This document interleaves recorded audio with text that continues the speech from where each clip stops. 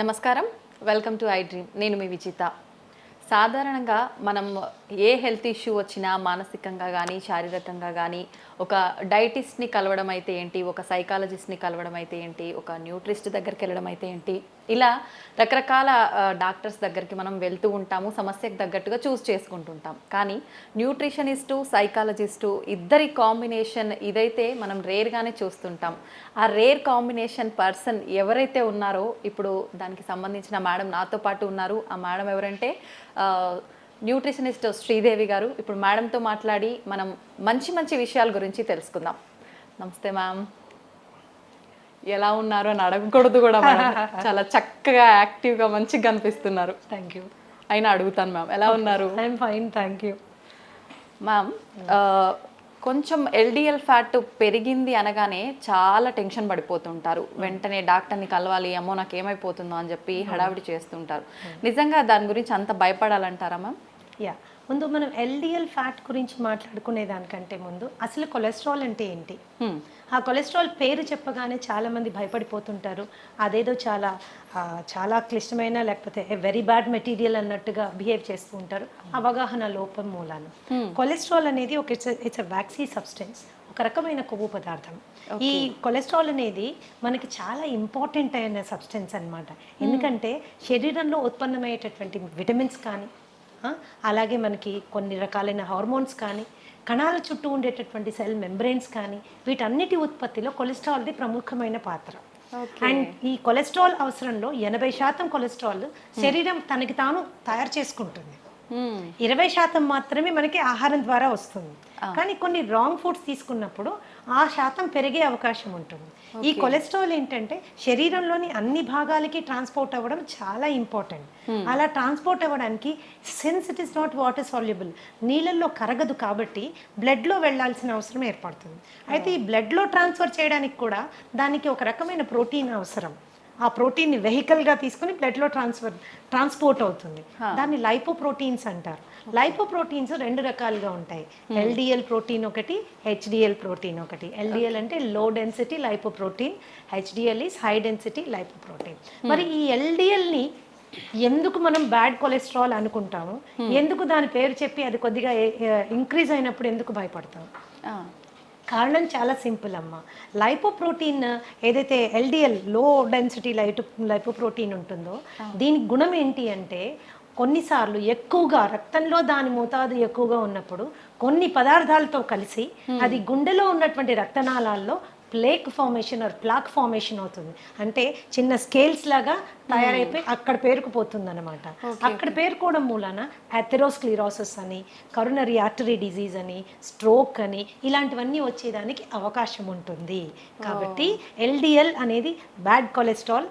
అది కనుక మనకి పెరిగినట్లయితే గుండె సంబంధిత వ్యాధులు వచ్చేదానికి చాలా అవకాశం ఉంటుంది. కాబట్టి దాని గురించి తప్పనిసరిగా కేర్ తీసుకోవాల్సిన అవసరం ఉంది. కేర్ తీసుకోవాలి కానీ భయపడాల్సిన అవసరం ఏమీ లేదు. ఎందుకంటే ఇవన్నీ ఆహారం మూలాన వచ్చినవి. ఎల్డిఎల్ అనేది పెరిగింది మన ఆహారం మూలాన వచ్చింది. ఆహారంతోనే సెట్ చేసుకోవచ్చు. దానికి ప్రత్యేకంగా మెడిసిన్ నేను ప్రపోజ్ చేయను. ఎందుకంటే because I'm A therapeutic nutritionist. మేము ఆహారం ద్వారా దాదాపు 80 రకాల జబ్బుల్ని హ్యాండిల్ చేస్తాము, 30 రకాల ఇన్ఫెక్షన్స్ని హ్యాండిల్ చేస్తాము, 12 రకాల క్యాన్సర్స్ని హ్యాండిల్ చేస్తాము, ఇంక్లూడింగ్ అడిక్షన్స్. దాదాపు 15-20 రకాల అడిక్షన్స్, ఫోబియాస్ ఇవన్నీ కూడా మేము ఆహారం ద్వారా హ్యాండిల్ చేస్తాం వితౌట్ మెడిసిన్, వితౌట్ మెడికేషన్. ఎందుకు అంటే నాకున్న ప్రత్యేకత ఏంటి అంటే ఐఎమ్ ఏ సైకోసోమాటిక్ హీలర్ అనమాట. మనిషికి ఉన్న మనసుకి శరీరానికి 2 రకాల రుగ్మతల్ని కూడా ఆహారం ద్వారా మనం సాల్వ్ చేస్తాము. So it is not a problem at all. LDL పెరగడం అస్సలు మంచిది కాదు. పెరిగిందన్న సందర్భంలో ఆహారపు అలవాట్లలో మనకి ఏవి డిఫెక్టివ్ అలవాట్లు ఏమున్నాయి అని చూసుకుని వాటిని సరిదిద్దుకుంటే ఈజీగా తక్కువైపోతుంది. 8 నుంచి 10 వారాల్లో ఈజీగా నార్మల్ లెవెల్కి వచ్చేస్తుంది. అయితే పెరిగితే అనుకున్నాం కదా మేడం, అసలు ఎంత మోతాదు ఉండాలి, దానికి మించి ఎంత పెరిగితే పెరిగినట్టు? అడల్ట్ స్కీమ్ ఎల్డిఎల్ 100 వరకు ఉండడము లిమిటేషన్. సో 125 to 140 వరకు ఇట్స్ అ వార్నింగ్ సిగ్నల్, మనం జాగ్రత్త తీసుకోవాలి. 140 దాటితే మాత్రము it is a serious warning signal that can lead to lot of problems. అది గుండె సంబంధితుల వ్యాధుల వైపు మనం వెళ్ళడానికి మనని పూర్తిగా ఇచ్చేస్తుంది అనమాట. కాబట్టి ఎప్పుడైతే మనకి 100 to 140 మధ్యలో ఎల్డిఎల్ వాల్యూస్ చూపిస్తున్నాయో, 150 140 చూపిస్తున్నాయో, ఇట్స్ ఎ వార్నింగ్ సిగ్నల్ అనమాట. వెంటనే మనము ఆహారపరమైన మార్పులు చేసుకుంటే ఆ లెవెల్ని కిందకి తీసుకొచ్చేసేయచ్చు. అంటే అంత సీరియస్ కండిషన్లో ఉన్నప్పుడు కూడా వితౌట్ మెడికేషన్ ఓన్లీ ఫుడ్ ద్వారానే ట్రీట్ చేయొచ్చు. ఇది 140 150 అనేది it is a warning signal అమ్మా.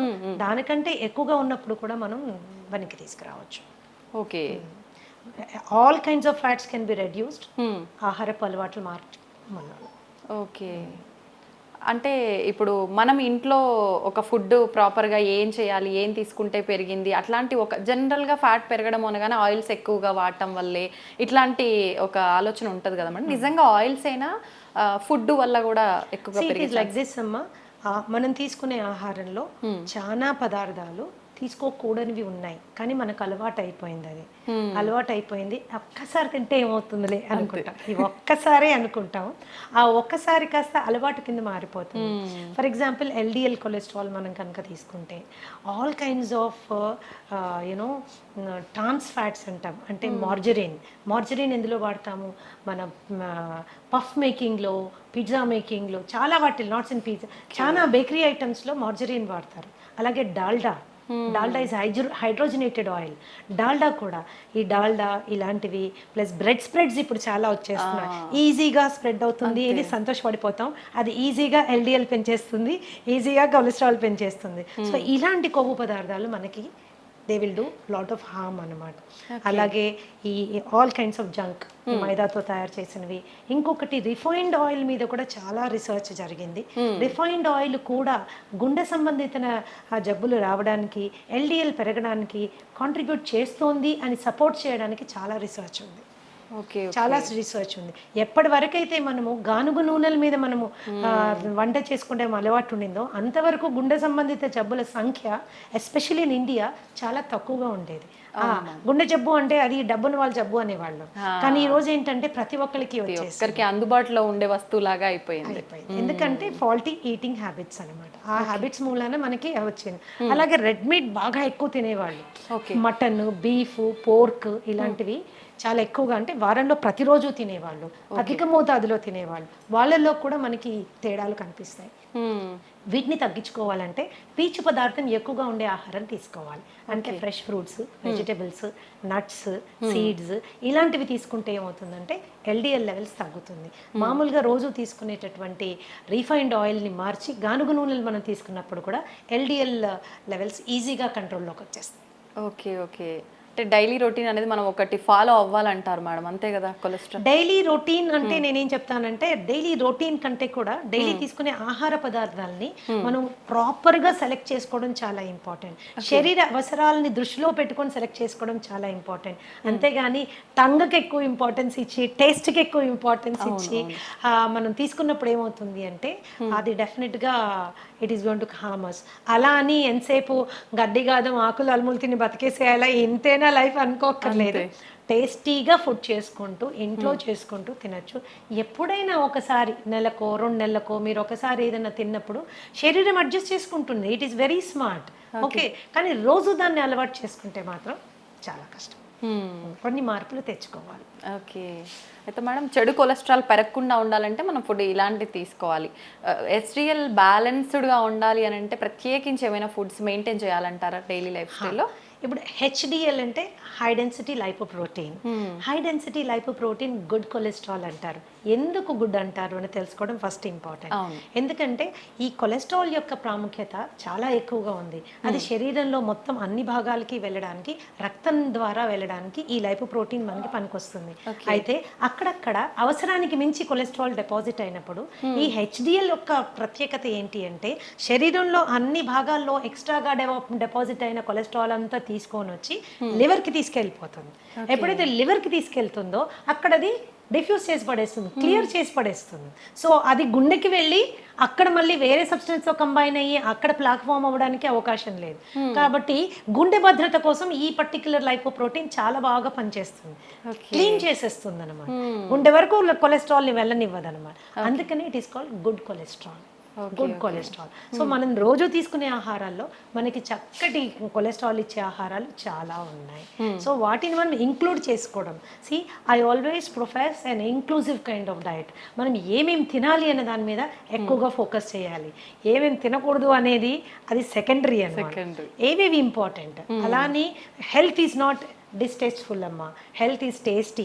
మనం చేసుకునే పద్ధతిని బట్టి ఆధారపడి ఉంటుంది. హెచ్డిఎల్ మనం హెచ్డిఎల్ కొలెస్ట్రాల్ మనకు పెరగాలి అంటే there is the humble avocado. Avocado is one of the best sources for HDL cholesterol. Okay, అలాగే నీకు నట్స్ ఉన్నాయి, సీడ్స్ ఉన్నాయి, వాల్నట్స్ ఉన్నాయి, ఇవన్నీ కూడా మనకి చాలా. అలాగే ఆవు నెయ్యి బ్రహ్మాండంగా హెచ్డిఎల్ పెరుగుతుంది. అది కూడా నాటావు నెయ్యి. నాటావు నెయ్యి బ్రహ్మాండమైనటువంటి గుణాలు కలిగి ఉంటుంది. ధృతం అంటారు దాన్ని. మాకు ఒక్కొక్కసారి ఒక సత్సంగంలో ఉన్నప్పుడు గురువుగారు చెప్పారు, పాతకాలంలో ధృతం అంటే ఏంటి అంటే చనిపోయిన వాళ్ళలో కూడా ప్రాణ ప్రతిష్ఠ చేయగలిగినటువంటి అద్భుతమైన గుణం కలిగింది అని అర్థమట. మరి అది నిజమో కాదో నాకు తెలియదు, కానీ ఆయన చెప్పిన విషయం నాకు చాలా నచ్చింది. ఇంకో మాట కూడా ఏం చెప్పారంటే ఆస్తులు అమ్ముకైనా ధృతం కొనుక్కొని దాంతో తినాలన్నారు. అంటే నెయ్యికున్నటువంటి ప్రాముఖ్యత అది. కొద్ది కాలం ఏంటంటే నెయ్యి తింటే లావైపోతారు, నెయ్యి తింటే కొలెస్ట్రాల్ వస్తుంది. ఇది చాలా తప్పమ్మా. ఎస్పెషల్గా మనం ఇంట్లో ఆవు పాలు కొనుక్కొని చేసుకునే నెయ్యి అతి శ్రేష్టం. రీసెంట్గా ఒక రీసెర్చ్ నేను I would like to share with you. చపాతీలు పూరీలు మనని డయాబెటీస్ వైపు నొట్టి పడేస్తున్నాయి అన్నది అందరికీ తెలుసు. ఈవెన్ పుల్కా కావచ్చు, చపాతీ, గోధుమ పిండి. అయితే అదే గోధుమ పిండి చేసిన రొట్టె మీద నెయ్యి రాసుకుని తింటే మాత్రము కొద్దిగా దాని గ్లూకోజ్ లెవెల్స్ తక్కువగా వస్తున్నాయి అన్నది లేటెస్ట్ రీసెర్చ్. అంటే నెయ్యికున్న ప్రాముఖ్యత అలాంటిది అనమాట. మనం ఇంట్లో తయారు చేసుకునే వెన్నపూస, మజ్జిగ జెల్కి వచ్చే వెన్నపూస, లేకపోతే మనం ఇంట్లో తయారు చేసుకునే నెయ్యి, ఇవన్నీ చాలా they are very good fats అనమాట. హెచ్డిఎల్ లెవెల్ పెరగడానికి చాలా చాలా బాగా పనిచేస్తాయి. సో ఇట్లా మనము కొద్దిగా అవగాహన పెంచుకుంటే అంత లైఫ్లో పెద్దగా కాంప్రమైజ్ అవ్వాల్సింది ఏమీ లేదు. అంత కాంప్రమైజ్ అవ్వాల్సింది ఏమీ లేదు. చిన్న చేంజెస్ మాత్రమే, చాయిసెస్లో చిన్న చేంజ్ చేసుకోవాలి. ఏది మనకి కావాలి, ఏది మనకి వద్దు, ఈ చిన్న చేంజెస్ చేసుకుంటే కొలెస్ట్రాల్ ఇబ్బందే కాదు అసలు. ఎంత సింపుల్ గా చెప్పేస్తున్నారు. మా అందరికి అది ఒక పెద్ద భూతత్వంలో పెట్టి చూస్తున్నా.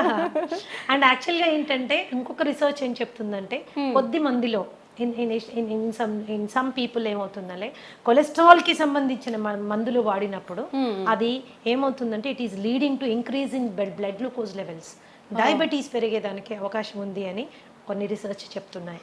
కాబట్టి మెడిసిన్ వాడడం కంటే ముందు ఆహారపు అలవాట్లని జాగ్రత్తగా గమనించి ఒక క్వాలిఫైడ్ థెరప్యూటిక్ న్యూట్రిషనిస్ట్ దగ్గరికి వెళ్ళి ప్రాపర్గా డయాగ్నోస్టిక్ టెస్ట్లు చేసుకుని ఏది ఎక్కువ ఉంది, ఏది తక్కువ ఉంది, ఏది ఎలా తగ్గించుకోవాలి అని అవగాహన పెంచుకుని జస్ట్ 8 నుంచి 10 వారాల్లో మీ లిపిడ్ ప్రొఫైల్ని మీరు క్లీన్ చేసేసుకోవచ్చు.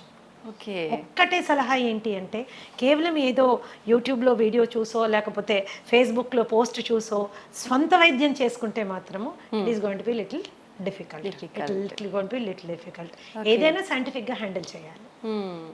మ్యామ్, నెయ్యి విషయానికి వస్తే మీరు ఇందాక నెయ్యి గురించి చెప్పారు కాబట్టి చాలా మంది నెయ్యి ఫుడ్ తో కాకుండా డైరెక్ట్ స్పూన్ తో తింటూ ఉంటారు. అట్లా తీసుకోవడం మంచిదే అంటే తాగుతూ ఉంటారు. ఎందుకంటే ఆవు నెయ్యిలో ఉండేటటువంటి గుణం ఏంటి ఉందంటే ఇట్ ఈస్ అది డైజెస్ట్ అయ్యాక మనకి బ్యూట్రిక్ యాసిడ్ ఫామ్ అవుతుంది.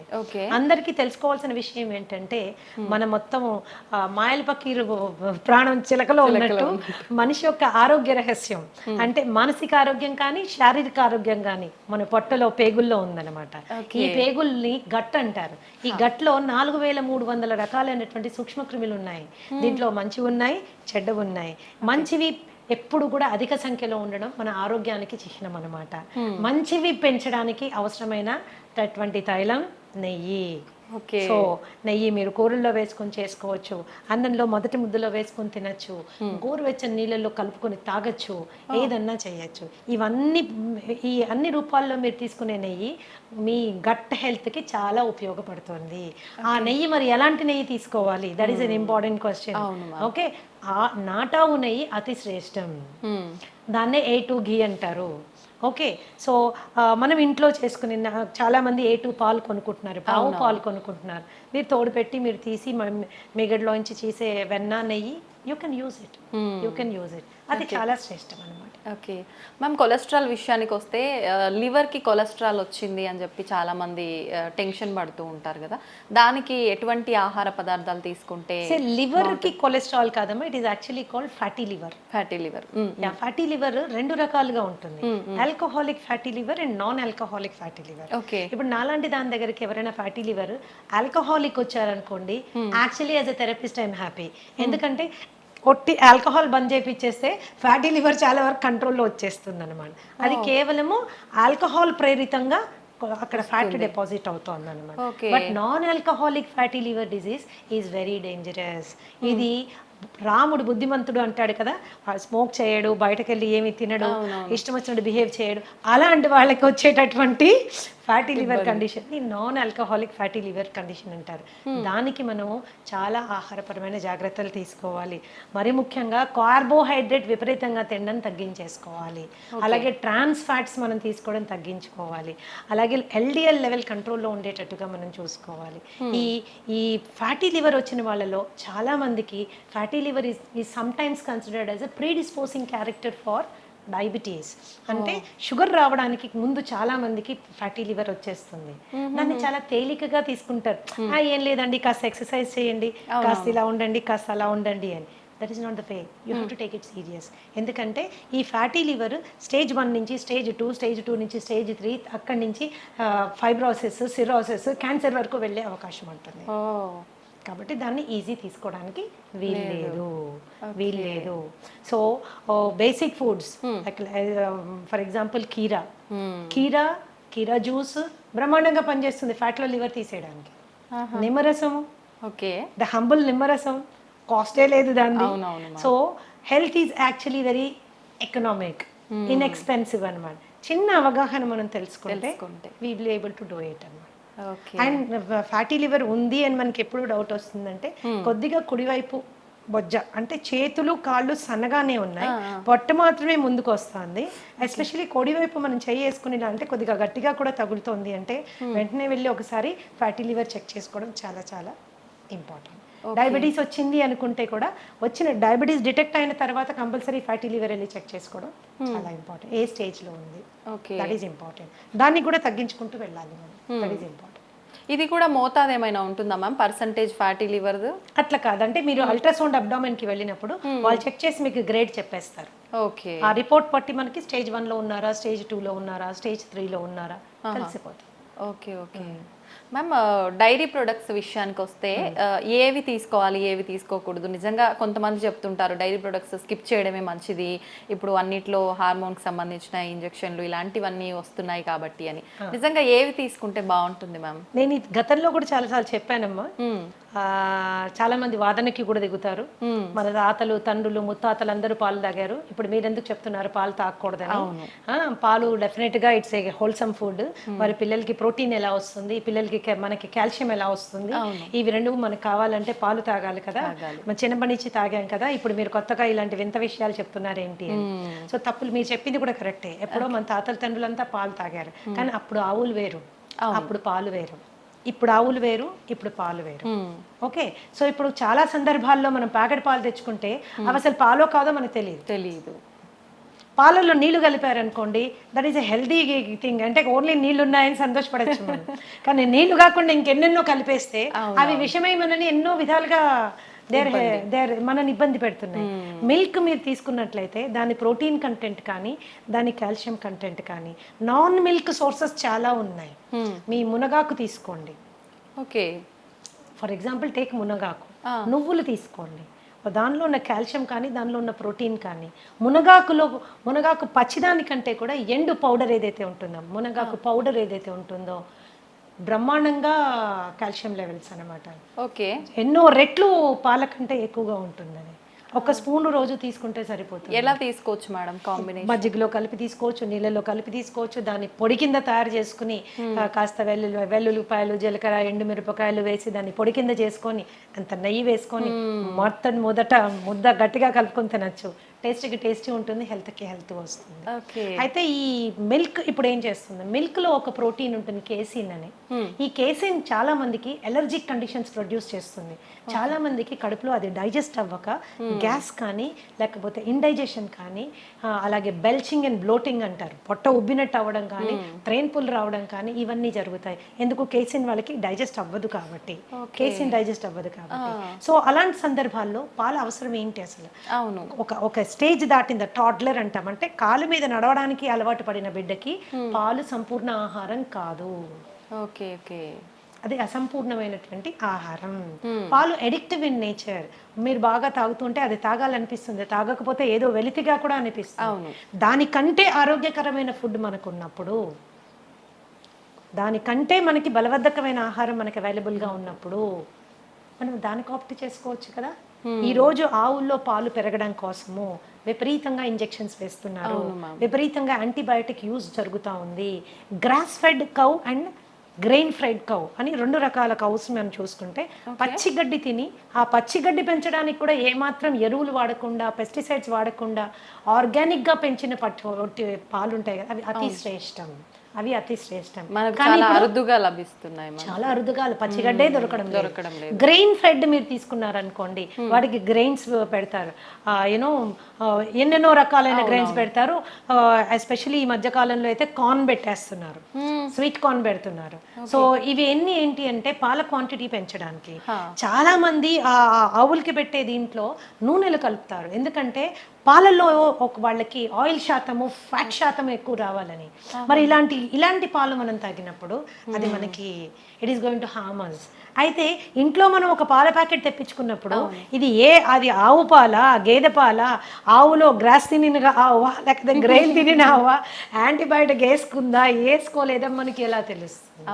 ఇవన్నీ కలిపారో లేదో మనకి ఎలా తెలుస్తుంది? తెలియదు. పైగా పాలు ఎప్పుడైతే ప్యాకెట్లో వస్తాయో, ప్లాస్టిక్ ప్యాకెట్లో వస్తాయో, ఆ ప్లాస్టిక్ కూడా మనకి ప్రమాదం. ఇంకోటి, కొంతమందికి ఏంటంటే ఎస్పెషల్లీ ఉద్యోగస్తులు 4-5 ప్యాకెట్లు కొనుక్కొని డీప్ ఫ్రీజర్లో పెడతారు, అవి గడ్డగట్టిపోతాయి. వాటిని మీరు ఎప్పుడైతే డీప్ ఫ్రీజ్ చేస్తారో, థాయింగ్ ప్రాసెస్ జరిగేటప్పుడు ప్లాస్టిక్ కూడా మెల్ట్ అయ్యి అందులోకి వస్తుంది. ఒకప్పుడు మేము చిన్నపిల్లలుగా ఉండేటప్పుడు గ్లాస్ బాటిల్లో వచ్చేది, that was safest milk. Seal అయ్యి గ్లాస్ బాల్ వచ్చేది, బాటిల్స్ తీసుకోగానే మేము చిన్నపిల్లలప్పుడు నాకు బాగా గుర్తుంది, ఆ మూత తీసి పైన ఉన్న వెన్నంతా వేలుతో తీసుకుని తినేవాళ్ళం. ఇప్పుడు అలాంటి కండిషనే లేదు, అలాంటి కండిషనే లేదు. సో పాలుని వాడకం ఎంత తగ్గిస్తే అంత మంచిది. అయితే పెరుగు దగ్గరికి వచ్చినా, మజ్జిగ దగ్గరికి వచ్చినా ఏ రెస్ట్రిక్షన్ లేదు. It is better than milk అన్నమాట. మీరు పెరుగుగా తిన్నా పర్వాలేదు, మజ్జిగగా తిన్నా పర్వాలేదు. కొద్దిగా పుల్లబడిన మజ్జిగ ఇంకా బెటర్. పుల్లబడిన మజ్జిగ చాలా బెటర్. అందుకని మిల్క్ని అవాయిడ్ చేయడం బెటర్. ఎందుకంటే మనకు వచ్చే ప్యాకెట్ గురించి మనం ఆలోచిస్తాం, కానీ అందులో వచ్చిన పాలు మనకి దాకా రావడానికి ఎన్ని పద్ధతులు అవలంబించారో మనకు అవగాహన లేదు. Today it is a very common thing to give oxytocin injection for cows. Oxytocin injection దేనికి ఇస్తారు వింటే మీరు బిత్తరపోతారు. పాల పొదుగులోంచి పాలు పిండేటప్పుడు ఈజీగా పాలు బయటికి రావడం కోసము ఆ ఇంజెక్షన్ ఇస్తారు. మనకు కూడా ఆక్సిటాసిన్ ఇంజెక్షన్స్ ఇస్తుంటారు. మనం ఎప్పుడు యూస్ చేస్తారో తెలుసా మీకు? డెలివరీలో బిడ్డ ఈజీగా బయటికి రావడానికి కోసం యూస్ చేసేటటువంటి ఇంజెక్షన్ ఆక్సిటాసిన్ అన్నమాట. కండరాలు లూజ్ అయ్యి బిడ్డ ఈజీగా బయటికి రావడానికి. యానిమల్స్కి కూడా ఆక్సిటాసిన్ ఇంజెక్షన్ దానికోసమే ఇస్తారనమాట. బట్ దేనికి వాడుతున్నాం ఈరోజు? ఈజీగా, అంటే అది పిండడానికి కూడా మనకు ఓపిక లేదనమాట. దాని బిడ్డను తాగనివ్వడం లేదు మనము, దాని బిడ్డ నోటికాడ పాలు మనం గుంజుకుంటున్నాం. అది కూడా ఈజీగా రావడం కోసం కెమికల్ ఇంజెక్షన్స్ ఇస్తున్నాం. మరి ఇలాంటి పాలు తాగడం అవసరమా? అక్కర్లేదనే చెప్పాలి ma'am. So it's dairy and ఆవు మీద జరుగుతున్నటువంటి ఘోరాల గురించి అది డిఫరెంట్ స్టోరీ. దాని గురించి మాట్లాడుకుంటే పాలు చూస్తే కూడా భయపడిపోతాం అన్నట్టు. అమ్మో బాబోయ్, ఇంత కష్టమైన పాలు మనకు అవసరమైంది అని. That is as simple as that. పాల కంటే బలబద్ధమైన ఆహారం చాలా చాలా ఉంది. You can go towards it. అవి తీసుకోవచ్చు. ఆల్టర్నేట్ మిల్క్స్ కూడా ఉన్నాయి. మీ బాదం మిల్క్, తర్వాత ఈ కోకోనట్ మిల్క్, దాని తర్వాత యూ హ్యావ్ కాజు మిల్క్, రాగి మిల్క్, జొన్న పాలు, మిల్లెట్ పాలు, ఇలా మనకు చాలా ఉన్నాయి విచ్ ఆర్ మోర్ న్యూట్రిషియస్. పాలు దేనికి తాగెత్తున్నామో ఆ న్యూట్రిషన్ ఇవ్వగలిగినవి, ఇంకా ఎక్కువ శాతంలో ఇవ్వగలిగిన పాలు మనకు చాలా ఉన్నాయి. ఓకే. ఇంకా కొంతమంది అడుగుతూ ఉంటారు నన్ను, మేడం పాల ప్యాకెట్లో పాలు తీసుకోమంటారా, లేకపోతే టెట్రా ప్యాక్ తీసుకుంటే ఏమైనా ప్రాబ్లం వస్తుందా? టెట్రాపాక్. అవును మ్యామ్. టెట్రాపాక్ మీద చాలా హెవీ రీసెర్చ్ జరిగిందమ్మా. టెట్రాపాక్లో పాలు రీసెర్చ్ చేసినప్పుడు, ఫ్రెష్ మిల్క్ చేసినప్పుడు డెఫినెట్గా టెట్రాపాక్లో ఉన్న పాలలో పోషక విలువలు తక్కువ ఉంటాయి అనేది నిర్వివాదాస్పదం. You don't have to discuss about it. It is clear. ఎందుకు అలాగా? పాలు అవి పాస్చరైజ్ చేస్తారు అండ్ హోమోజినైజ్ చేస్తారు. హోమోజినైజ్డ్ అండ్ పాస్చరైజ్డ్ మిల్క్ ఎప్పుడైతే హీట్ చేసి కూల్ చేస్తారో దాంట్లో పోషక విలువలు తక్కువైపోతాయి. కాకపోతే టెట్రాపాక్లో మీరు తీసుకున్నప్పుడు ఏంటంటే హైజీన్ అండ్ శానిటేషన్ ఎక్కువ, ఇన్ఫెక్షన్ కాజింగ్ జర్మ్స్ కానీ అది మనకి ఉండదు. పైగా ఏమీ అడిటివ్స్ యాడ్ చేయరు దాంట్లో. ఏమి దాన్ని ప్రిజర్వ్ చేయడానికి ఏమీ బయట నుంచి యాడ్ చేయరు. Okay okay. సో పోషక విలువలు ఫ్రెష్ మిల్క్ కంటే కొంచెం తక్కువైనా అది సేఫ్ మిల్క్ కాబట్టి టెట్రాపాక్ లో మిల్క్ వాడుతూ ఉంటారు. That is how it is. ఇప్పుడు ఫ్రెష్ గా తీసుకున్న పాలు వి డోంట్ నో అవును దాంట్లో ఏమేమి ఉన్నాయో తెలియదు, అందులో ఎన్ని పెస్టిసైడ్ రెసిడ్యూస్ వస్తాయో తెలియదు, ఎన్ని మాన్యూర్ రెసిడ్యూస్ వస్తాయో తెలియదు, బ్యాక్టీరియల్ ఇన్ఫెస్టేషన్ కానీ వైరల్ ఏదైనా మైక్రో ఆర్గానిజం ఉందేమో మనకి తెలియదు. ఓకే. రెండు తెల్లగానే ఉంటాయి అంతే. మనం పాల రూపంలో తీసుకునే వాళ్ళకైతే ఆల్టర్నేట్ ఆప్షన్స్ చాలా ఉన్నాయి మీరు చెప్పారు. కొంతమంది తెల్లారితే కానీ టీ లేనిది వాళ్ళకి తెల్లారదనే వాళ్ళు చాలా మంది ఉంటారు. అలాంటి వాళ్ళ పరిస్థితి ఏంటి మ్యామ్? టీ కాఫీ అనేవి దేనికి తాగుతాం? నా పద్ధతి ఏంటంటే దేనికైనా ఏ పద్ధతికైనా ఎందుకు అని ముందు తెలుసుకుంటే అది మనకు అవసరమా లేదు అని నిర్ణయం తీసుకోవచ్చు. రైట్. ఓకే. మన డైలీ లైఫ్లో మనకున్న స్ట్రెస్ మూలాన చాలా మందికి హెడేక్స్ రావడము, ఆ స్ట్రెస్ మూలాన మైగ్రేన్స్ రావడము, డల్ గా ఫీల్ అవ్వడము ఇవి అవుతాయి. టీ అండ్ కాఫీలో ఏముంటుంది? కెఫీన్ ఉంటుంది. ఈ కెఫీన్ ఏం చేస్తుంది? నర్వస్ సిస్టమ్ ని టెంపరీగా ఉత్తేజపరుస్తుంది. ఓకే. టెంపరీగా ఉత్తేజపరుస్తుంది. ఎప్పుడో ఒక రోజు ఒక గుక్క తాగినంత మూలాన మనకి పెద్ద వదిలేదు. అది అలవాటు చేసుకుంటే it is addictive in nature. It is addictive in nature అన్నమాట. సో టీ మంచిదా కాఫీ మంచిదా అని కూడా కొంతమంది అడుగుతుంటారు. దీంట్లో నేనేమంటానంటే మీరు పాలు షుగర్ లేకుండా ఏది తాగినా మంచిదే. Okay. Black tea black coffee ఏది తాగినా మంచిదే. ఇంకా మీరు బ్లాక్ టీని చాలా లైట్ గా చేసుకొని దాంట్లో కొద్దిగా నిమ్మరసం యాడ్ చేసుకొని కొన్ని నానబెట్టిన సబ్జా గింజలు వేసుకొని దాంట్లో కొద్దిగా ఒక 2 or 3 లీవ్స్ ఆఫ్ మింట్ అంటే మన పుదీనా కట్ చేసి వేసుకొని తాగండి, అద్భుతంగా ఎంజాయ్ చేస్తారు. And maybe 1 or 2 times tea తాగడమే ఇంపార్టెంట్ అనుకుంటే బ్రహ్మాండమైన ఆరోగ్యం ఇచ్చే అద్భుతమైనటువంటి పోషక విలువలు ఉండేవి బొచ్చడని టీస్ ఉన్నాయి. For example green tea is the best tea. Okay. Green tea అంటే డిప్ టీ కాదండి. గ్రీన్ టీ ఆకులు తెచ్చుకోవాలి, ఒక చిన్న ఇన్ఫ్యూజర్ కొనుక్కోండి. అంటే ఒక కప్పులో ఇంకో కప్పు ఉంటుంది, దానికి చిన్న హోల్స్ ఉంటాయి. దాంట్లో మనం గ్రీన్ టీ లీవ్స్ ఒక స్పూన్ వేసుకుని హాట్ వాటర్ వేసుకుంటే ఇన్ఫ్యూజ్ అయ్యి the best thing will come on. Green tea is anti inflammatory and it is anti cancerous. మన మెటబాలిజంకి చాలా బాగా పనిచేస్తుంది. It is good for everything. కానీ ప్రతిదీ తీయగా ఉండాలంటే కష్టం. ప్రతిదీ తీయగా ఉండాలంటే మనకి కష్టం. సరే తీయగా ఉండాలి అనుకుంటే మీరు దాంట్లో న్యాచురల్ రా హనీ వేసుకోవచ్చు. బట్ అది ఇంకొక స్కామ్. మనకి ఏది హనీయో ఏది బెల్లం మడ్డో ఏది చక్కెరపాకమో మనకి తెలుసుకోలేము, అంత టైం కూడా లేదు. That is how it is. Organic గా చేసినటువంటి బెల్లం పౌడర్ కొంతమంది వాడుకుంటారు, పర్వాలేదు, అది కూడా పర్వాలేదు. As long as remaining conditions అన్ని నార్మల్ గా ఉన్నప్పుడు మనకి ఇవన్నీ పెద్దగా కాంట్రిబ్యూట్ అవ్వాలి. రిమైనింగ్ కండిషన్స్ నార్మల్ పెట్టుకోవడం చాలా ఇంపార్టెంట్. ఎన్నో రకాల టీ ఉందమ్మా. ఫర్ ఎగ్జాంపుల్ హైబిస్కస్ టీ అని ఉంటుంది, మందార పువ్వులు ఆకులు రెక్కలతో చేసింది. జాస్మిన్ టీ ఉంది.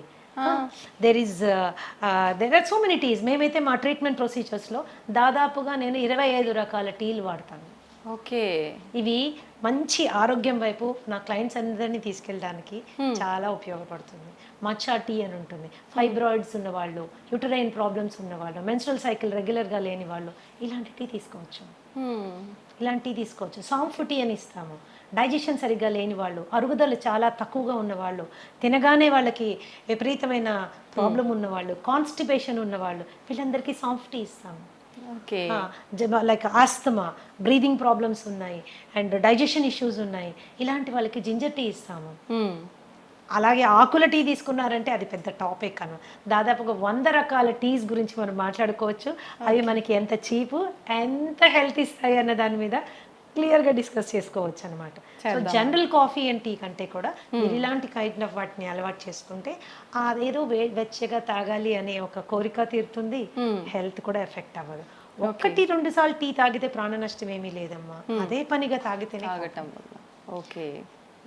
మీరు కాఫీ తాగాలి అనుకుంటే black coffee is a better option than with tea. And లేదు పాలు కావాలి, పాలు లేకుండా నేను చేయలేను ఫిక్స్ అయ్యారనుకోండి, ఓట్ మిల్క్తో తాగండి, కోకోనట్ మిల్క్తో తాగండి, ఆల్మండ్ మిల్క్తో తాగండి. ఆప్షన్స్ ఉన్నాయి, తెలుసుకోవడము చేసుకోవడమే అంతే. ఓకే, ఖచ్చితంగా మనం ముందు ముందు వీడియోలో టీస్ గురించి కూడా టాపిక్ చేసుకుందాం మ్యామ్. ఓకే మ్యామ్, మీరు అన్ని రకాల హెల్త్ ఇష్యూస్కి 80 దగ్గర చెప్పారు. హెల్త్ ఇష్యూస్కి ఓన్లీ ఫుడ్ తోటే ట్రీట్ చేస్తుంటాము అని చెప్పి. డయాబెటీస్కి కూడా అలానేనా మేడం? డయాబెటీస్ వచ్చిన వాళ్ళు ఖచ్చితంగా లైఫ్ లాంగ్ మెడిసిన్ వాడాల్సిందే అని అంటుంటారు కదా, దానికి కూడా ఫుడ్ ద్వారా తగ్గించవచ్చు అంటారా? యాక్చువల్గా మనం చాలా అందరు చూసే వ్యూవర్స్ కూడా గమనించాల్సింది ఏంటంటే, డయాబెటీస్ రావడానికి 2 ప్రధానమైన కారణాలు. ఒకటి ఫాల్టీ ఈటింగ్ హ్యాబిట్స్, సరైన ఆహారపు అలవాట్లు లేకపోవడం. ఓకే. 2 మనసులోను కలిగేటటువంటి భావాలని భావోద్వేగాలని మన శరీరం పైన ఇన్ఫ్లుయెన్స్ పెట్టేంతగా పెంచి పోషించుకోవడం, కంట్రోల్ చేసుకోవడానికి సరైన అవగాహన పెంచుకోకపోవడం. ఓకే, ఇవి 2 విషయాలు. అంటే ఒకప్పుడు స్ట్రెస్ అంటే ఏంటమ్మా, stress is a necessary evil of life. దాన్ని ఫ్లైట్ ఆర్ ఫైట్ ఇమోషన్ అనేవాళ్ళు. అంటే కొన్ని వేల సంవత్సరాల క్రితం ఈ శరీరం ఫస్ట్ టైం ఫామ్ అయినప్పుడు మనకు ఒకటే స్ట్రెస్ ఉండేది. అదేంటి, ఏదైనా యానిమల్ వచ్చి మనం చంపేసేది, లేదా మనం ఏదైనా యానిమల్ చంపి తినేసేవాళ్ళం. ఇదే స్ట్రెస్, ఇంతకు మించి ఇంకేం స్ట్రెస్ లేదు. ఆ స్ట్రెస్ సిచ్యువేషన్ వచ్చినప్పుడు ఏమయ్యేది, శరీరంలో ఉన్నటువంటి శక్తి అంతా చేతుల్లోకి కాళ్ళల్లోకి వచ్చేసేది. ఎందుకు, చేతులతో కొట్లాడాలి, కాళ్ళతో పరిగెత్తేది పోవాలి. ఈ 2 మనకి కావాల్సినటువంటి సందర్భం ఉండేది. కానీ ఇప్పుడేంటి, జీవితంలో అందరూ లయన్స్ టైగర్లే. బాస్ ఒక లయన్ టైగరే, భార్య ఒక లయన్ టైగరే, భర్త కూడా లయన్ టైగరే, ఆఖరికి పనమ్మాయి కూడా లయన్ టైగరే. సో వీళ్ళందరూ కలిసి మనకి ఎన్నో రకాలైన స్ట్రెస్ క్రియేట్ చేస్తున్నారు. అయితే ఈ పరిస్థితుల్లో ఏమవుతుంది, ఎప్పుడైతే ఎనర్జీ చేతుల్లోకి కాళ్ళల్లోకి రావాలో, శరీరం ఇంటెలిజెంట్గా ఏం చేస్తుంది, మిగతా అవసరం లేని సిస్టమ్స్ని షట్ డౌన్ చేస్తుంది, బంద్ చేస్తుంది. బంద్ చేసినప్పుడు ఏమవుతుంది, ఫస్ట్ సిస్టమ్ ఏంటి బంద్ అయ్యేది, డైజెస్టివ్ సిస్టమ్.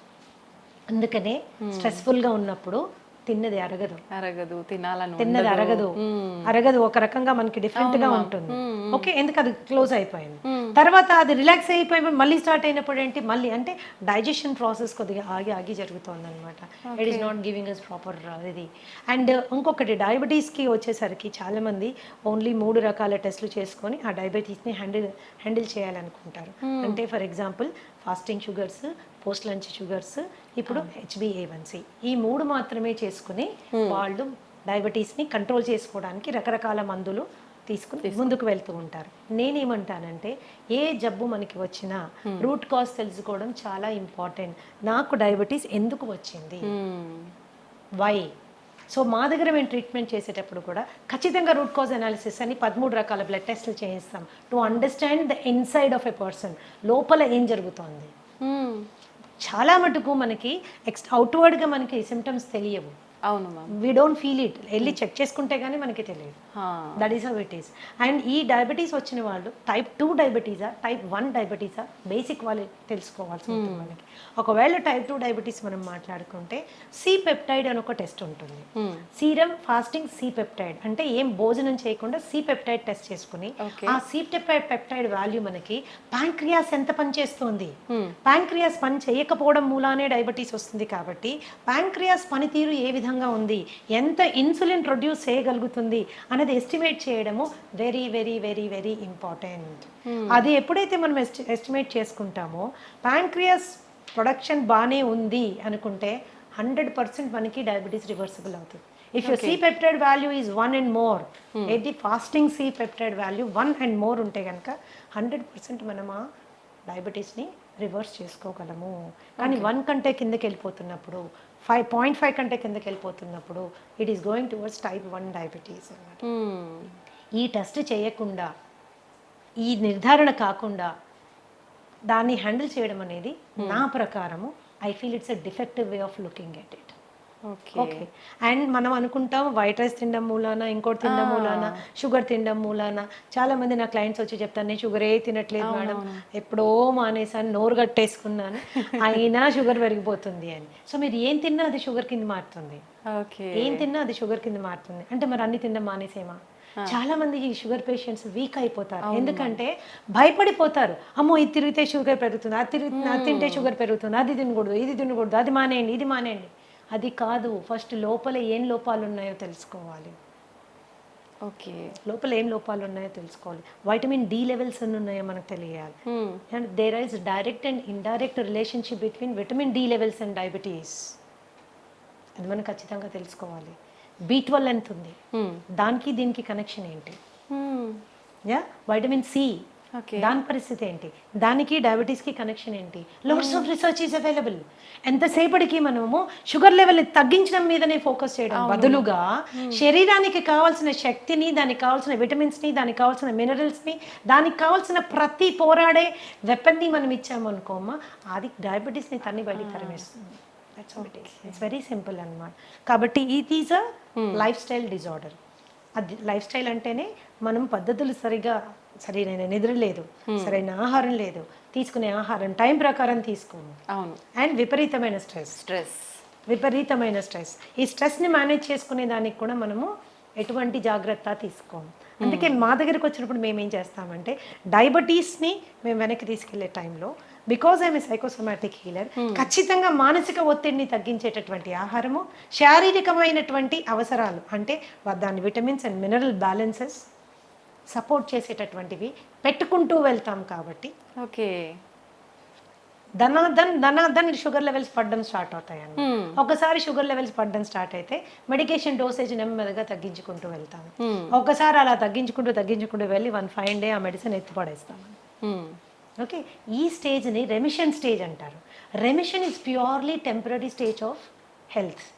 ఓకే. సో చాలా మందికి ప్రాబ్లం ఏమొస్తుందంటే తగ్గి నార్మల్ అవ్వగానే తగ్గిపోయిందే కదా, సో సింపుల్ అనేసి మళ్ళీ నెక్స్ట్ డే నుంచి అన్ని మొదలు పెడతారు. పైనుంచి ఒక కంప్లైంట్ చేస్తారు, ఏంటి మేడం ఇది మళ్ళీ తినగానే వచ్చేసింది. నువ్వు ఫస్ట్ తిన్నావు కాబట్టి ఇది వచ్చింది, ఫస్ట్ ఫాల్టీగా తిన్నావు కాబట్టి ఇది వచ్చింది, కరెక్ట్ చేసుకున్నావు కాబట్టి తగ్గిపోయింది, కరెక్ట్ చేసుకుని మళ్ళీ బ్యాక్ వెళ్ళావు కాబట్టి మళ్ళీ వస్తుంది. సో నేనేమంటానంటే ఒక రెమిషన్ స్టేజ్ రాగానే మనం తీసుకున్న జాగ్రత్తని కనీసం 1 సంవత్సర కాలం కనుక మనం అలాగే మెయింటైన్ చేసుకోగలిగితే అది రివర్సల్ అయిపోతుంది. ఓకే, అది రివర్సల్ అయిపోతుంది. డయాబెటీస్ తగ్గించుకోవడానికి ఆడ మగ తేడా లేదు, వయస్సుతో తేడా లేదు, మీ డయాబెటీస్ వయస్సు కూడా తేడా లేదు. అది 20 ఏళ్ళ నుంచి ఉంది, 15 ఏళ్ళ నుంచి ఉంది, 30 ఏళ్ళ నుంచి ఉంది, నేను టాబ్లెట్లు వేసుకుంటున్నాను, ఇన్సులిన్ వేసుకుంటున్నాను, ఏ దాన్నైనా మనం వెనక్కి పట్టుకెళ్ళచ్చు. చిన్న పిల్లల్లో కూడా ఇప్పుడు చిన్న పిల్లల కండిషన్ డిఫరెంట్ అమ్మా. That is called type 1 diabetes. Okay, type 1 diabetes వచ్చినప్పుడు మనము again C peptide fasting post lunch 2 చేసుకుంటాము. సి పెప్టైడ్ వాల్యూ చాలా తక్కువ ఉంటుంది. ఆ చాలా తక్కువ ఉన్నప్పుడు ఏంటంటే ఇన్సులిన్ ప్రొడ్యూస్ చేయలేకపోతుంది ప్యాంక్రియాస్ లో ఇన్సులిన్ రావడం లేదు కాబట్టి వాళ్ళు డయాబెటీస్ పార్ట్ వెళ్ళిపోయారు. సో ఈ పరిస్థితుల్లో మనం వాళ్ళకి 3 times వాళ్ళు ఇన్సులిన్ వేసుకోవాల్సి ఉంటుంది. ఇలాంటి పిల్లలకి అద్భుతంగా ఇన్సులిన్ రిక్వైర్మెంట్ తగ్గించేటటువంటి ఆహారం మనం ఇవ్వచ్చు. Regeneration therapy for type 1 diabetes కూడా ఉంది, కాకపోతే దాని పర్సంటేజ్ 100% అని మనం గట్టిగా చెప్పలేము. Okay, so regeneration therapy is also possible. అంటే టైప్ 1 నుంచి కూడా మనం కొద్దిగా వాళ్ళని బెటర్ టైప్ 2లోకి తీసుకెళ్లేటటువంటి సిపెప్టైడ్ని పెంచేటటువంటి ఫుడ్ కూడా ఉంది. But the success rate is about 40 to 50%. It is not around 100%. Many other contributing factors ఉన్నాయి కాబట్టి, చాలా కాంట్రిబ్యూటింగ్ ఫ్యాక్టర్స్ ఉన్నాయి కాబట్టి that is how it is. అయితే ఈ మధ్యకాలంలో విపరీతంగా తిండి పిల్లలకి మనం పెట్టే తిండి మూలాన మనమే మన చేతుల ద్వారానే మనమే వాళ్ళని డయాబెటీస్ వైపు నెట్టుతున్నాము. నాకు తెలిసిన ఒక బాబుకి కేవలం వాడు రోజు అడిగాడని, రోజు ఇవ్వమని గొడవ చేశాడని వాళ్ళ తాతగారు డైలీ ఒక కూల్ డ్రింక్ తాగించడం మూలాన, అలా 2 నెలలు తాగించడం మూలాన ప్యాంక్రియాస్ ఫెయిల్ అయిపోయింది. టైప్ 1 డయాబెటిక్ అయిపోయాడు. బిడ్డ ఓన్లీ 15 ఏళ్ళు. రాబోయే 60-70 ఏళ్ళు వాడు ఇన్సులిన్ వేసుకుంటానే మేనేజ్ చేయాలి. సో మన ప్రేమని రాంగ్ ఫుడ్స్ రూపంలో చూపించకూడదు. ఎప్పుడో నెలలో ఒకరోజు తాగాడు ఏం జరగదు, కానీ రోజు తాగితే వాడి రక్తనాళాలు తెరిచి విషం పోసినట్టే లెక్క. Junk food is like that. And రీసెంట్గా మా దగ్గర వచ్చిన ఒక బాబు, హీస్ 21 years old, అండ్ ఇంట్లో ఎవరికి డయాబెటీస్ లేదు, ఇంట్లోంచే బాక్స్ తీసుకెళ్తాడు, తల్లిదండ్రులు అన్నీ చేసి జాగ్రత్త చూసుకుంటాడు, అయినా రావడమే 500 షుగర్ వచ్చేసింది. ఏంటి అని ఎంత అడిగినా చెప్పలేదు, లేదు నేను ఏమి తిన్ను అని. తర్వాత ప్రత్యేకంగా పిలిచి అడిగితే రోజు ఒక షవర్మా తింటాడు. షవర్మా తినడం వల్ల షుగర్ ఫెయిల్ అయింది, డైజెస్టివ్ సిస్టమ్ ఫెయిల్ అయిపోయింది. మయోనీస్ లోపల ఉంటుంది, దాంట్లో పిచ్చి రిఫైన్డ్ ఆయిల్ వాడతారు, అందులో రోడ్ సైడ్ వాడే రిఫైన్డ్ ఆయిల్, అది ఎక్కడి నుంచి తెచ్చి వాడతారో, ఎన్నిసార్లు వాడిన నూనెతో చేస్తారో మనకి తెలియదు. అండ్ ఆ షవర్మా అండ్ ఇంకొకటి ఫ్రాంకీ చెప్పాడు నాకు, 2 చెప్పాడు. ఫ్రాంకీ మైదా రొట్టెలో మళ్ళీ కాల్చిన మాంసం అన్ని పెడతారు దాంట్లో. సో టేస్ట్ చాలా బాగుంటుంది, నేను కాదన్నాను, కానీ దాన్ని రోజు తినడం మూలాన దట్ ఈస్ అ కేస్. ఈ రోజు మేము ఎంతో స్ట్రగుల్ అవుతున్నాం. ఆ కేసుని type 1 అయిపోయాడు, ప్యాంక్రియాస్ ఫెయిల్ అయిపోయింది. That is how it is. So ఈ చిన్నవి ఫ్యాన్సీస్ మనం వాటిని సాటిస్ఫై చేయడము ఇంపార్టెంట్ అని ఎప్పుడు అనుకోకూడదు. ఫుడ్ విషయంలో ఇట్స్ రియల్లీ వెరీ ఇంపార్టెంట్. బయట మరి ఎందుకు బ్యాన్ చేయ, వన్ ఆఫ్ ద స్టూడెంట్, ఒక చిన్న బాబు, ఎందుకు బ్యాన్ చేయరు ఈ కూల్ డ్రింక్ అని నన్ను అడిగాడు అనమాట. ఈ కూల్ డ్రింక్ మూల నాకు డయాబెటీస్ వచ్చింది కదా, దీన్ని ఎందుకు గవర్నమెంట్ బ్యాన్ చేయరు అంటే అది మన ఏరియా ఆఫ్ వర్క్ కాదు. ఏదైనా కూడా ఆహారం అనేది మితంగా తీసుకుంటే ఔషధంలా పనిచేస్తుంది, అమితంగా తీసుకుంటే విషమై మన ప్రాణాన్ని కబళిస్తుంది. Decision is in our hands. ఒకళ్ళు చెప్తే వచ్చేది కాదు, ఆ నిర్ణయం మనం తీసుకోవాలి. మన బిడ్డలు కూడా అటువంటి చక్కటి విచక్షణ జ్ఞానంతో ముందుకెళ్ళాలంటే ఆ అవగాహన మనం కల్పించాలి. That is very important. అవును మ్యామ్, నిజంగా. మ్యామ్, మన గట్ ఫ్రీగా ఉండేటట్టుగా చూసుకుంటే మనకు చాలా రకాల ఆరోగ్య సమస్యలు రాకుండా ఉంటాయని చెప్తూ ఉంటారు. నిజంగా గట్ ఫ్రీగా ఉండాలంటే ఎటువంటి ఆహార పదార్థాలు తీసుకోవాలి? Gut is a very big subject అమ్మా. I will tell you, it's a very big subject. గట్లో మనకు ఉండేటటువంటి 4300 రకాలైన సూక్ష్మ క్రిములు ఎప్పుడు కూడా మంచివి చెడ్డవి ఒక బ్యాలెన్స్లో ఉండాలి. ఆ బ్యాలెన్స్ అవుట్ అయితే గట్ డిస్బయోసిస్ అంటారు. ఓకే, అండ్ ఈ గట్కి బ్రెయిన్కి ఉన్న యాక్సెస్ డిస్టర్బ్ అవుతుంది. Brain is the coordinator for the entire body and gut controls the brain. Brain మన శరీరాన్ని ఆపరేషన్స్ని కంట్రోల్ చేస్తే మన గట్ మన బ్రెయిన్ని కంట్రోల్ చేస్తుంది. Okay, that is very very important. అప్పుడు మనం దాన్ని ఎంత హెల్తీగా ఉంచాలి? సో మనం తినే ఆహారము చెడు బ్యాక్టీరియాని చంపే విధంగా ఉండాలి, మంచి క్రిముల్ని పెంచే విధంగా ఉండాలి. సో దాని ఆహారం యొక్క ప్రధాన లక్షణం ఏంటంటే మంచి బ్యాక్టీరియాని పెంచుతూ చెడు బ్యాక్టీరియాని చంపుతూ ఉన్నటువంటి ఆహారం తీసుకుంటే సహజంగా అది చాలా తేలికగా అరిగిపోతుంది, తిన్నది కంప్లీట్గా డైజెస్ట్ అవుతుంది, అండ్ టైంకి రెపరెప ఆకలేస్తుంది, పడుకుంటే నిద్ర వస్తుంది, పొద్దున్న నుంచి రాత్రి ఒక చక్కటి మూడ్లో ఉంటాము, మంచి ఎనర్జీతో ఉంటాము. This is because our gut is happy. So all the మనం తీసుకునే ఫుడ్స్ ఏవేవైతే చెడు బ్యాక్టీరియల్ గ్రోత్కి ప్రమోట్ చేస్తాయో అవి చాలా హ్యావక్ క్రియేట్ చేస్తాయి మన పొట్టలో. సో బ్లోటింగ్, బెల్చింగ్, ఇండైజెషన్, తర్వాత కాన్స్టిపేషన్ మూలాన పైల్స్, హెమరాయిడ్స్, లేకపోతే వెరీ హార్డ్ స్టూల్ రావడము, ఇవన్నీ ఏం చేస్తాయంటే మనకి డైజెషన్ అంటే తినాలంటే భయపడే వాళ్ళు చాలా మంది ఉంటారు. పైగా హెల్త్ కరెక్ట్ అంటే హైజీన్ కరెక్ట్గా ఫాలో కాకపోతే హెచ్ పైలోరీ లాంటి బ్యాక్టీరియల్ ఇన్ఫెక్షన్స్ వస్తే జీవితాంతం మనం ఆ మందులు వేసుకుంటూ ఉంటారు. మేమైతే డయట్ ద్వారా హెచ్ పైలోరీ కానీ, ఐబిఎస్ కానీ, ఐబిడి కానీ చాలా సమర్థవంతంగా హ్యాండిల్ చేసే బ్రహ్మాండమైన ఫుడ్స్ ఉన్నాయమ్మా. అది ఎవరు బయట కొనుక్కోక్కర్లేదు, మీ ఫుడ్ మీరు ఇంట్లో చక్కగా చేసుకోవచ్చు, శుభ్రంగా తినచ్చు, సంతోషంగా ఉండొచ్చు. This is how it is. కేవలం మందుల ద్వారా ఎంత సక్సెస్ మీరు వస్తుందో దానికి డబుల్ సక్సెస్ ఆహారం ద్వారా వస్తుందమ్మా. డబుల్ సక్సెస్ ఆహారం ద్వారా వస్తుంది. సో గట్ని ఇప్పుడు కూడా ఆరోగ్యంగా ఉంచుకోవాలి. చక్కటి పీచు పదార్థాలు ఉండేటటువంటి వెజిటబుల్స్ అండ్ ఫ్రూట్స్ మనం తీసుకోవాలి. చాలా మందికి ఏంటి అంటే వెజిటేరియన్స్ అయిపోండి, మీట్ మానేయండి అని చెప్తారు. చికెన్ మటన్ తినబాకండి, పొట్టంతా గడబడైపోతుంది, వేస్ట్ అని. నేనేం చెప్తానంటే ఆహారపు అలవాట్లు మనసుకి బాగా నచ్చిన ఫుడ్ని టక్కని మానేస్తే ఆత్మారాముడు బాధపడతాడు. ఎక్కడో ఫీల్ అవుతాం మనం, ఏంటి లైఫ్, ఏమి తినలేము, నాకు నచ్చిన చికెన్ తినలేకపోతున్నాను, నాకు నచ్చింది అది తినలేకపోతున్నాను, ఏంటి ఇట్లా, ఎందుకు అసలు లైఫ్, బేసిక్ ఫుడ్స్ అవి. అప్పుడు ఏంటంటే they are upset about it.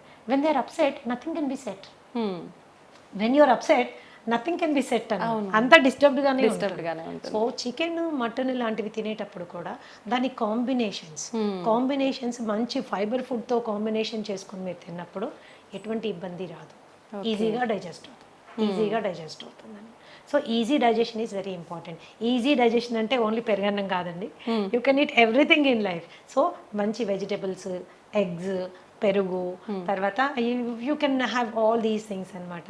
And పీచు పదార్థం అనగానే అన్నీ ఏవో పిల్లలకి గ్రీన్ ఆకులు చూడగానే చిరాకు వస్తుంది, నేను ఇప్పుడు ఈ గడ్డి తినాలా అని. సో అలా కాదు. So you can go for everything, all kinds of కాంబినేషన్స్లో మనం వెళ్ళొచ్చు. అలాగే మనకి రాజ్మా ఆర్ మన కాబులీ చనా, బొబ్బర్లు, ఇలాంటివన్నీ మనకి చాలా మంచి ప్రోటీన్ ప్లస్ మంచి ఫైబర్తో వస్తుంది. అది తిన్నప్పుడు ఏంటంటే మనకి గట్ సెట్ అవుతుంది. దెర్ ఈస్ ఎ వే అండి, 8 to 12 వీక్స్లో సెట్ చేసేస్తాం గట్ విత్ ఫుడ్ ఓన్లీ. అది ఎంత సీరియస్ ఇష్యూ అయినా. కాబట్టి నేనేం చెప్తున్నానంటే చక్కటి ఆహారాన్ని ఎన్నుకోండి. హోమ్ మేడ్ ఫుడ్కి 90% ఇంపార్టెన్స్ ఇవ్వండి. పార్టీలు ఇంట్లో హోస్ట్ చేయండి. మనం కావాల్సిన డ్రింక్స్ కానీ ఏదైనా కూల్ డ్రింక్స్ అట్లాంటివి కూడా ఇంట్లో చాలా చేసుకోవచ్చు.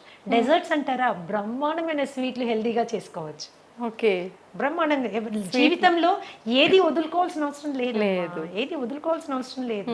ఎంజాయ్మెంట్ ఇన్ రైట్ వే చేసుకుంటే నీ గట్ని gut is the starting point for all diseases.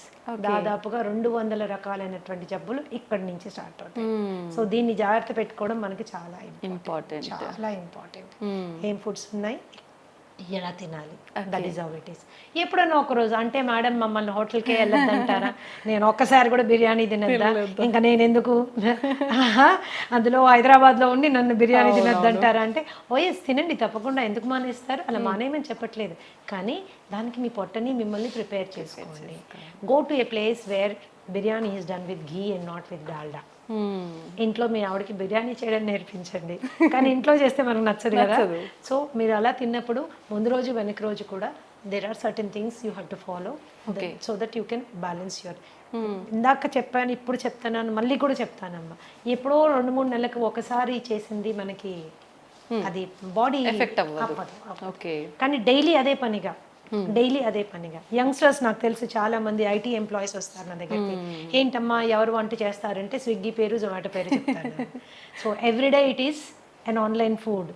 And కాబట్టి ఏమవుతుందంటే అది కన్వీనియన్సే కానీ కంఫర్ట్ కాదు, హెల్త్ అంతకంటే కాదు.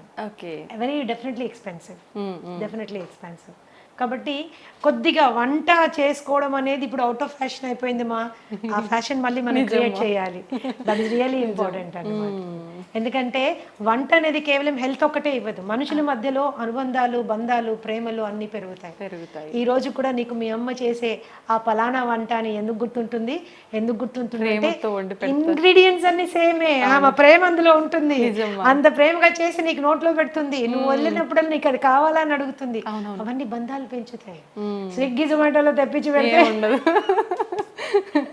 It won't create a feeling, it won't create a relationship. లేని రోగాలు తీసుకొచ్చిస్తున్నట్టే ఇంకా ప్రేమ. ఎందుకంటే ఇంగ్రీడియంట్స్ మనకు తెలియదు. టేస్టీగా ఉండొచ్చు, నేను అసలు కాదన్న, డెఫినెట్ గా టేస్టీగా ఉండొచ్చు, బట్ ఇంగ్రీడియంట్ మీద మనకి కంట్రోల్ లేదు. So that is how it is. Ma'am, food ఎలా చేస్తున్నాము, ఏం తింటున్నాము, ఇది ఒక ఎత్తు అయితే ఏ టైంకి తింటున్నాం అనేది కూడా ఇంకొకటి, దాని గురించి చెప్పండి మ్యామ్. ఒకటి మా, ఏ టైంకి తింటున్నామో, ఎన్నిసార్లు తింటున్నామో, these are 2 very important things everybody should understand.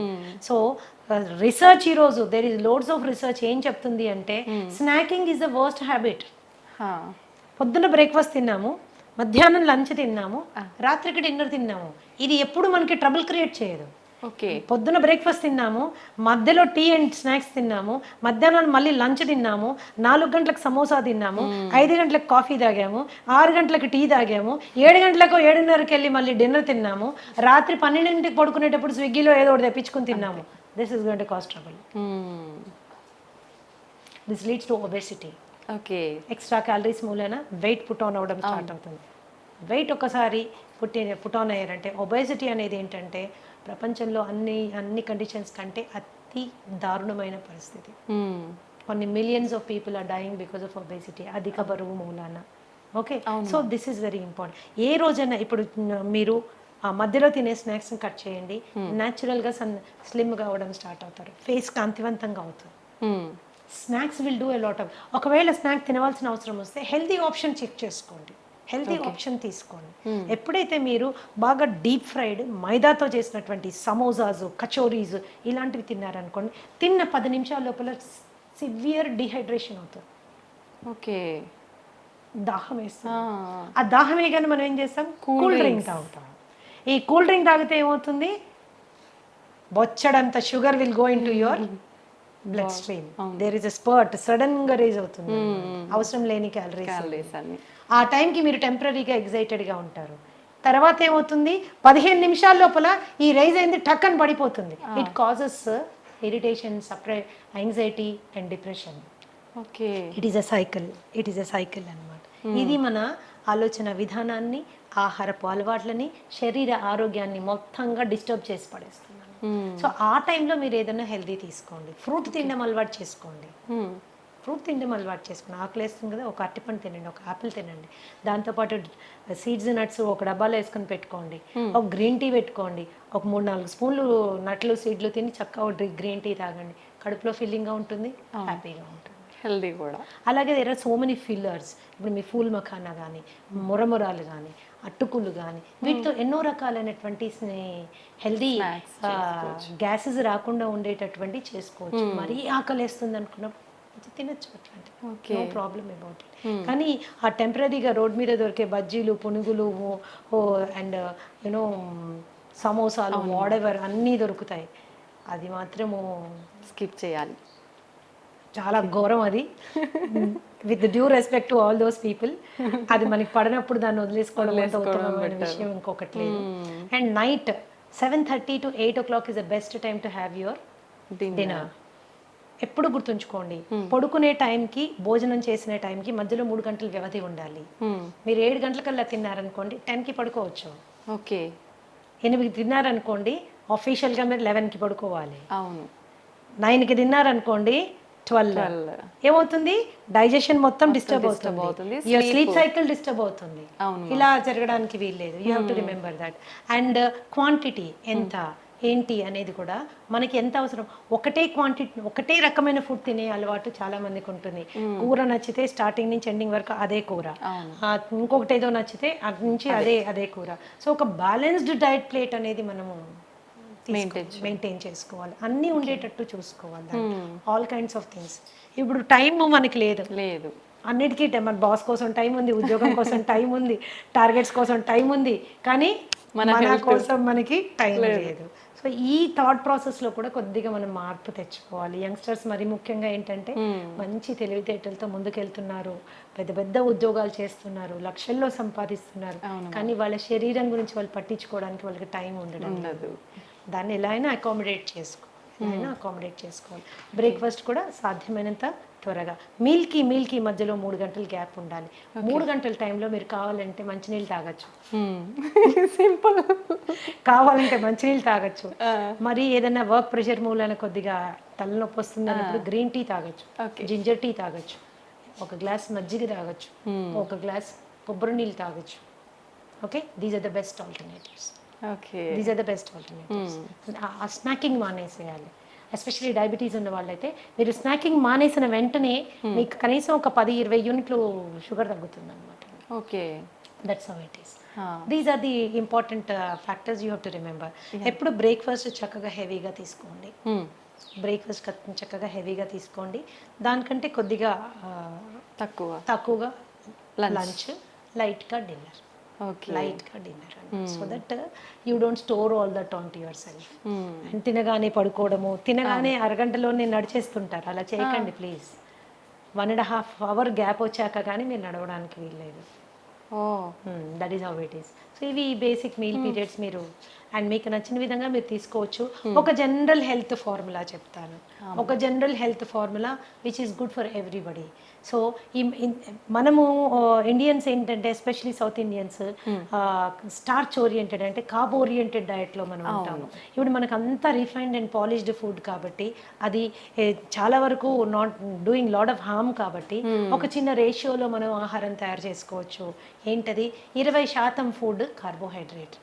మీరు అందులో అన్నం తింటారో, ఒక పులక తింటారో, లేకపోతే ఒక జొన్న రొట్టె తింటారో, మీరు ఏం తింటారో ఒక 20% నుంచి 25% వరకు కార్బ్స్ వచ్చేటట్టు తినండి.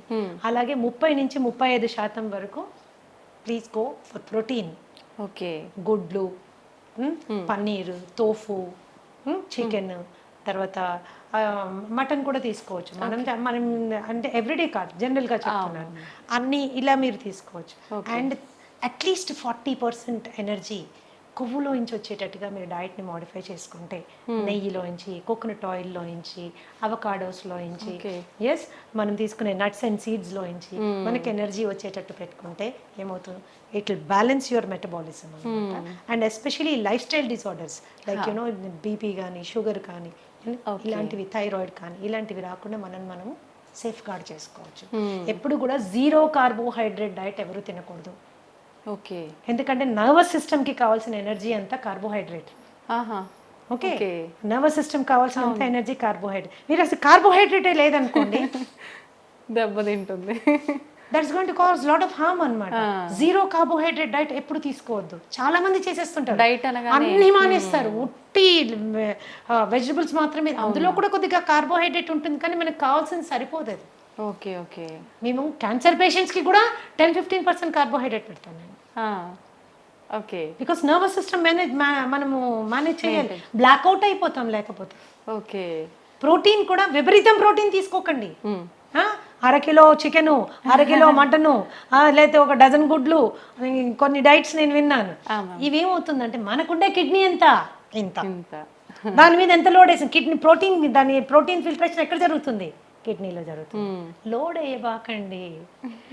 పీస్ఫుల్గా మీ డయట్లో 30-35% మీరు ప్రోటీన్ పెట్టుకోండి. మీకు అదంతా ఎనర్జీ ఫ్యాట్లో వచ్చేటట్టు పెట్టుకోండి. కనీసం 40 నిమిషాలు ఏదన్నా మీరు జీవితాంతం చేయగలిగిన ఎక్సర్సైజ్ చేయండి.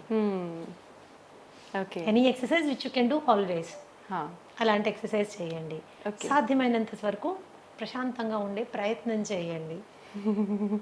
That's how it is. It is a simple formula for health. Okay. నిజంగా చాలా సంతోషం మ్యామ్. ప్రతి ఒక్కరికి కూడా మనము ఫుడ్ చేంజ్ చేసుకొని ఒక బ్యాలెన్స్ డైట్ మెయింటైన్ చేస్తే హెల్తీగా ఉంటాము అనే ఐడియా ఉంటుంది. బట్ అసలు ఏం తీసుకోవాలి, ఎలా తీసుకోవాలి, ఎంత మోతాదులో తీసుకోవాలి, ఇది ఒక పెద్ద సమస్య మ్యామ్. నిజంగా మీరు ఎంత క్లియర్గా అంటే ఎంత మాకు వద్దు అనుకునే వాళ్ళు కూడా కూర్చొని విని బ్యాలెన్స్ అది ఫాలో అయ్యే విధంగా చెప్తారు మ్యామ్. చేసుకోవాలి. That is how it is. Thank you ma'am. Thank you very much. నమస్తే మ్యామ్.